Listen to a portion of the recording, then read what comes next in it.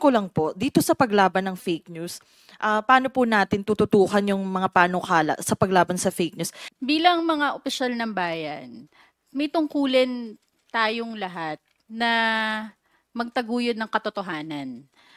Dapat hindi sa atin ang gagaling yung pagpropagate ng mga peke at maling impormasyon. Good afternoon, ma'am. Nag-file po ba ng reklamo ang House of Representatives? Kailan po ito? At ano po ang implikasyon nitong kaso sa Ombudsman sa impeachment case ni Vice President? Unang-una, hindi ang House ang nag-file ng complaint.